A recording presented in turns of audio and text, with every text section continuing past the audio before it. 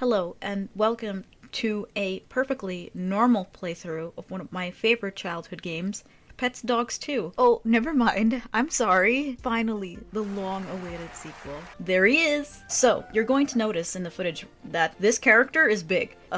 His size does hinder his ability to do certain things, and we will get to that eventually. This hat. So, little bad me had no problems with this hat. Of course, I never thought much of it. Just, oh, it's important. It's a part of family history. Okay, I have to treat it seriously. But now that I'm old, I look at the hat, then I look at him, and then at my family members, and I'm like, you're telling me this Party City hat has been passed down through the generations, and I'm supposed to wear it at some point. I mean, I understand it has power, and that's the only thing he cares about, but then he wears it, and it just looks so stupid. I can't accept that. He has a badass design in my opinion. I like to imagine that even the devs thought he looked silly in it, so in later cutscenes near the end of the game, as he starts morphing into the based villain that he is, they opted to not make him wear the hat anymore. Like, they agreed, yeah, let's not make him wear this Party City hat anymore, it makes him look less cool. I have to wonder what happened during development actually, because this game shares the same director as the Dog Island, and is meant to be a spiritual successor, at least according to the wiki. I don't know how true that is. And if you know anything about that game, heavy stuff happens within like the first 20 minutes. The final battle does go kinda hard though, minus throwing rocks, that felt lame. That legitimately looks good, I'm proud of that actually. So, another thing. Because Iblet is originally supposed to be in this scene, and many other scenes, replacing his model with a regular dog breed is going to look funny in a lot of situations as well. I wonder if I'm going to get chastised about how I've been pronouncing his name this whole time. I really don't think it's pronounced Iblet, to be honest. In Japanese, actually, it's pronounced Iburito. So I think I'm good. Plus, his name is supposed to be an anagram of the word evil. So, yeah, I think I'm good. Let's play cops and robbers. Bruh, I'm a being of chaos. I do not play such baby games. I have to wonder a little about Ivlet's backstory. We only have very little information, and I think that's because development was weird. We just know, oh, he's bad. He came here with bad intentions. He's a criminal mastermind. He knew what he wanted even before he got here. There's nothing more to it. He's just bad to the bone. An unapologetic villain that can summon a cool-ass dragon with the power of evil. I think if he was given the misunderstood or sympathetic villain treatment, he'd probably have more fan art. Just saying, because it's something I think about sometimes. I don't remember seeing a lot of fan art of him. I wouldn't be surprised if he was somebody's childhood sexy man. There has to be a fandom out there for this game. It's probably really small, but it exists. It's out there, somewhere. I would not blame them for thinking he's really cool. Again, cool ass design, and he's a wolf. Anyways, time to play Victor's silly little babby games.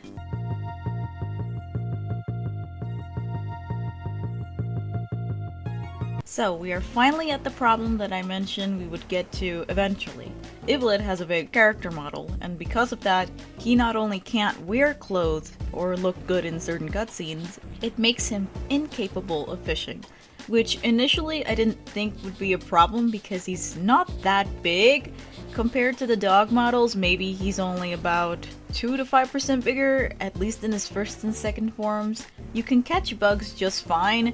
It feels a little weird, but it's doable. Or maybe that's just me, because I've never played the game on Wii before this. I grew up with the PS2 version. But anyways, fishing? No, you cannot do this. It refuses to let me fish no matter how much I hug the edge of the dock, and that is a problem because we cannot get out of this area without getting the sardine Victor wants. So that means the game cannot be played normally, because there are quests in the main storyline that will require you to catch fish. I think the problem is the game has to center the character in a specific position, but because Iblet is too big, it cannot trigger the animation. I'm not a game dev, I'm just going off surface level knowledge.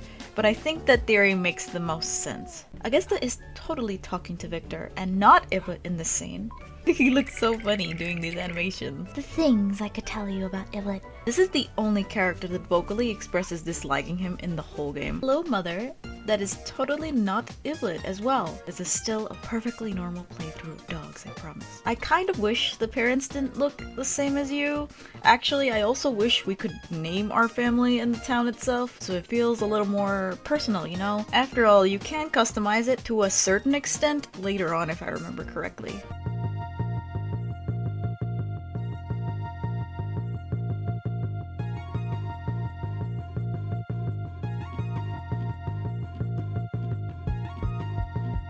Okay, Victor, we're going to see Iblet, or rather, satiate this weird fascination you have with jail, because that's really what this is about. So I have to admit, this part of the game annoyed me even as a kid. Iblet is obviously set up to be a villain and not a reliable character in the slightest. Looking back, it seems this was meant to be a callback to the beginning of the Dog Island, basically introducing the conflict less than an hour into the game.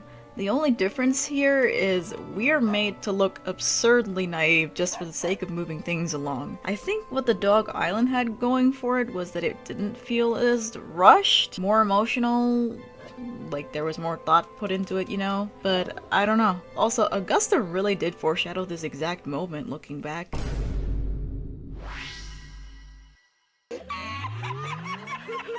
Okay, not gonna lie, completely ignoring the fact that the silly hat is positioned a couple of pixels away from the character because it's the wrong model, this scene is kinda intense. Still not as intense as jumping into the sea and almost dying. You know, I could take this a little more seriously if you took that thing off.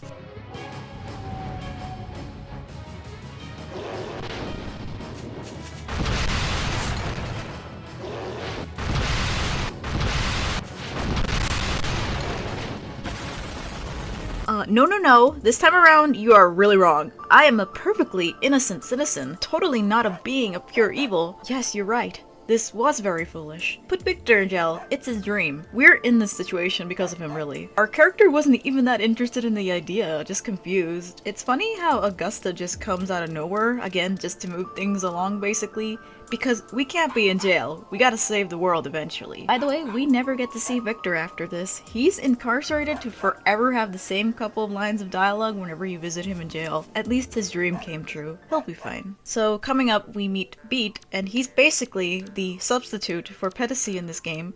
I like to call him a bootleg petz. For context, petz is also a small character in the Dog Island that is important. Beat doesn't have much of a personality though. I can't recall him being more than an exposition dump, so that should say a lot. Whereas petz did, despite also just being a guide. I will admit though, when I replayed this game a couple of years ago, and my character had to say goodbye to Beat, you know, when he goes back into the magic hat, I cried a little. I think it was really just the nostalgia hitting me in the heart that time. Actually, no. That's a lie. Even going through this, despite how silly it's been, brought back some of those feelings. And so, this is where the story of Iblet and his journey as an unlikely hero begins. As usual, Victor never gets out of jail. Iblet getting sucked into the Shadow Realm never happened. He never actually summoned that dragon, nor turned into a creature of pure evil. Him and Beat are actually good friends. He never actually booted him out of the magic hat. It was actually Mr. Sheep that turned the animals against us and wanted to destroy the world. Everything that you ever knew about the story of Dogz 2? It's false. It's totally made up. Pure fiction. It's fiction. It's fiction. But joking aside, this is where the footage ends. Yeah, sorry, I stopped here. A small part of me would like to continue this, but a bigger part of me just doesn't see the reason to. Honestly, nothing about my playthrough would be different, and nothing about the game significantly changes. I'd only be running around as a big-ass wolf, and I'd only have to deal with the inconvenience of switching the ROM every time to do the necessary quests. I also noticed there's already plenty of playthroughs of the game out there, even from as recent as 1 to 2 years ago actually. Just goes to show that there are people that definitely still think about it, which makes me happy that there are people out there that share the same fondness and appreciation for the game even as adults. And look, I know I've been cracking jokes and nitpicking it here and there, but hear me out, it's underrated, but that's also because I grew up with it. It's my bias, It's bizarre in its direction, probably because also, again, made more with kids in mind, and I want to believe that initially they wanted to make a direct Dog Island sequel, but couldn't because they couldn't afford the license or something. Reminder, the dog itself, it's its own franchise. I think if this had a little more time to marinate, and Ubisoft didn't market it as a pet sim or under the Petz series, maybe more people would have looked into it, I guess. I don't know. Also, we need to talk about the cover art for the Japanese version. Why didn't we get this? In my opinion, it's much better than this.